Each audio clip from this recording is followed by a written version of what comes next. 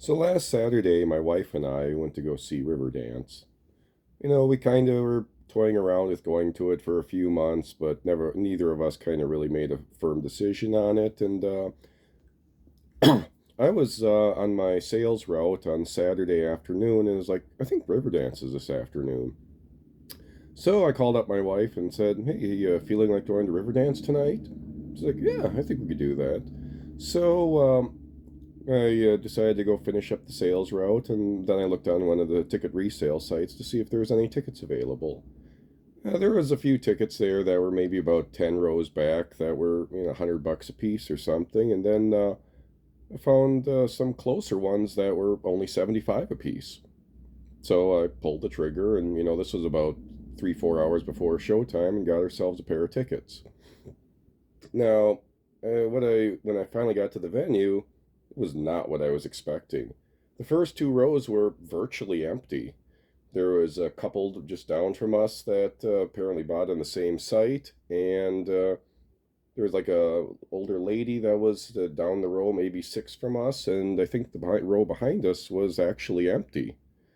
So it was like kind of surprised here. Is people going to start showing up late or something? And then about intermission there, it was still empty. There was a couple with a VIP pass that asked, "Is anybody sitting here?" It's like, "Yeah, just go ahead over there." And I went and talked to one of the managers at the venue, and he looked on his phone there and said, "Yeah, most of the seats were sold. There's a couple here and there that weren't, but apparently the scalpers really misjudged the venue, and almost none of them sold."